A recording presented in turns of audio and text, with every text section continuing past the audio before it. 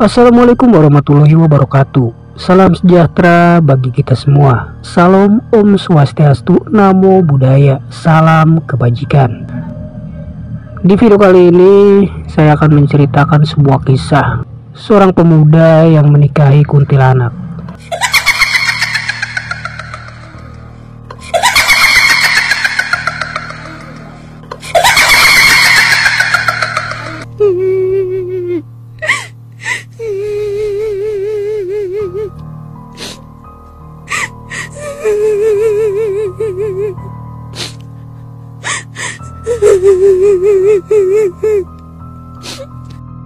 Awalnya Rudy bertemu dengan seorang gadis berkulit sawo matang yang mengaku bernama Siti di tepi sebuah sungai di salah satu kawasan di Aceh Tengah.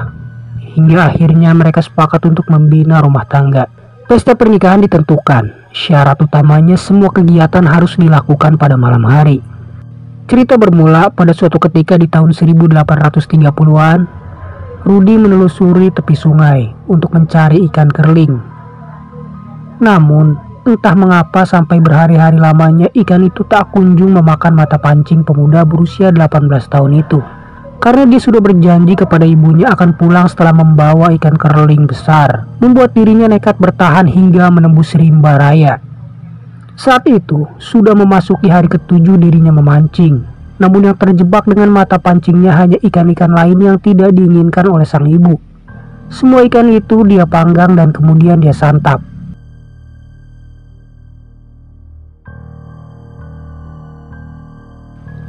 Lelah mendera tubuhnya, kemudian dia merebahkan diri di atas batu besar yang ada di pinggir curug sungai. Ia pun tertidur nyenyak. Ketika bangun, ia mendengar suara perempuan bernyanyi. Suara itu sangat merdu. Ia pun membuka mata. Dilihatnya langit, matahari sudah hampir masuk peraduan. Lembayung pun sudah nampak memerah di sebelah barat. Kemudian dia mengalihkan pandangannya ke arah suara. Di bawah sebatang pohon besar dia melihat seorang gadis cantik sedang mencuci baju. Ia pun berkata dalam hati, "Loh, kok ada gadis di tengah rimba begini?" Tanyanya pada dirinya sendiri. Awalnya dia mengira perempuan itu Dedemit penjaga sungai. Bulu kuduknya pun berdiri sambil mengendap-endap dia mendekat. Sialnya, dia menginjak batu licin dan terjatuh. Perempuan itu pun kaget dan menjerit. "Siapa kamu wahai lelaki asing?" tanya wanita itu. "Tenang, jangan takut, saya hanya seorang laki-laki yang sedang memancing ikan. Namun saya tidak bermaksud jahat," jawabnya mencoba menjelaskan. Perempuan itu tetap memasang pandangan curiga. "Jangan mendekat atau aku akan berteriak," katanya mengancam. Rudy pun menghentikan langkahnya. "Aneh, masa di tengah rimba begini ada perempuan cantik seperti kamu? Pasti kamu Dedemit ya?" tanya Rudy. "Asal aja kamu ini ngomong, kok bilang rimba? Lihat tuh jajaran rumah itu kampungku," jawab gadis itu sambil menunjukkan sebuah perkampungan. Rudy pun berkata dalam hati, "Aneh, kok dari tadi aku nggak melihat ada perkampungan di sini?" Wanita itu bertanya, "Ngapain kamu kemari? Dari mana asalmu? Aku belum pernah melihat wajahmu sebelumnya," tanya gadis itu. "Aku dari kampung hilir jauh dari sini. Maaf bila kehadiranku mengganggu dirimu. Aku hanya sedang mencari ikan kerling untuk sang ibu yang ingin makan gulai ikan," jawab Rudy jujur. "Oh, ikan kerling. Mana kailmu? Coba pasang di lubuk itu," ucap si gadis. Rudy pun segera balik badan untuk mengambil kailnya yang sudah ditambang sejak tadi pagi. Dia kemudian menyerahkan kepada gadis itu. Si gadis kemudian memasangnya di sebuah lubuk.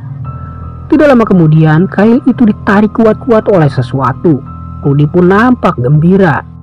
Dalam sekali sentakan, seekor ikan kerling sebesar paha manusia dewasa terangkat dari air. "Alhamdulillah, luar biasa," katanya kegirangan. "Sekarang pulanglah, hantarkan ikan ini ke ibumu. Dia pasti sudah berhari-hari merindukan ikan ini," kata gadis itu sambil tersenyum. "Terima kasih atas semua jasamu, wahai gadis cantik. Siapa namamu?" tanya Rudy.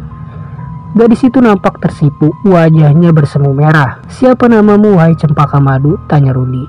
Siti pun menjawab. "Siti," jawab gadis itu. "Siti, hanya itu saja?" tanyanya. "Iya, hanya itu," jawab Siti. Usai menjawab itu, si gadis tersebut langsung bergegas pulang. Sebelum dia melangkah dari sungai, Rudi pun bertanya, bolehkah aku kembali ke sini pada kesempatan lain? Boleh saja, asal mau menjaga sopan santun, jawab Siti dengan tersenyum. Kemudian dia pun pamit.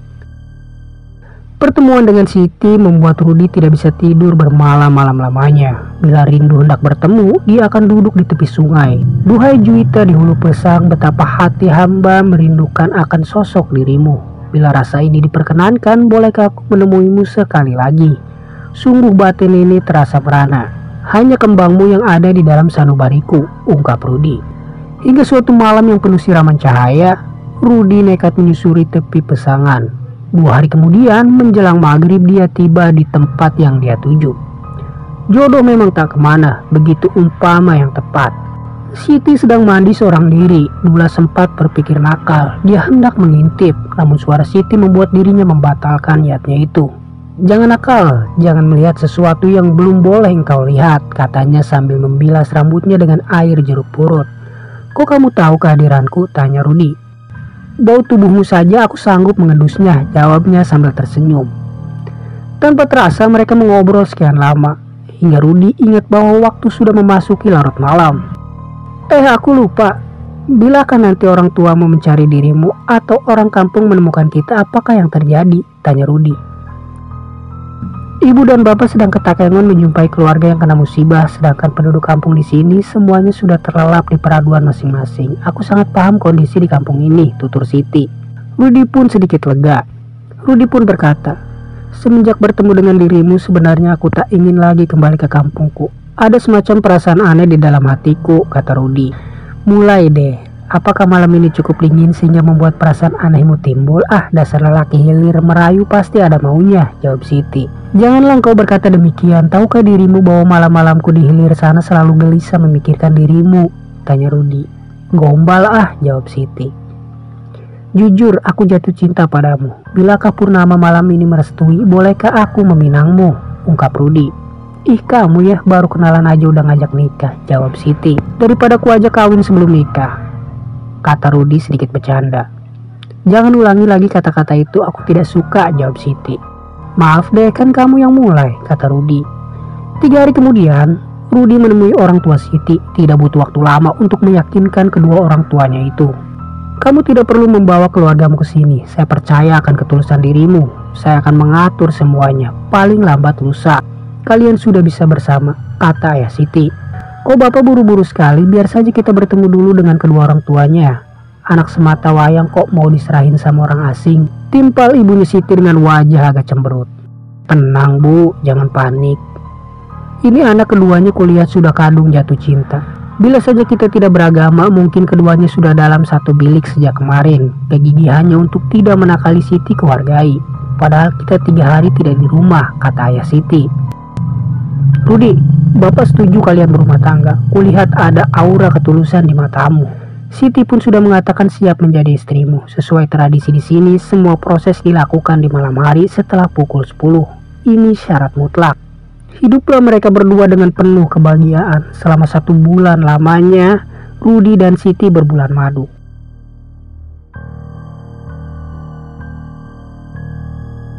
Hingga pada suatu hari, Siti pun melahirkan. Sebelum istri tercinta melahirkan, Rudi harap-harap cemas. Namun dia bertambah cemas ketika Siti siap melahirkan dan ternyata wajah bayinya sangat mengerikan. Kenapa dengan anak kita, Siti?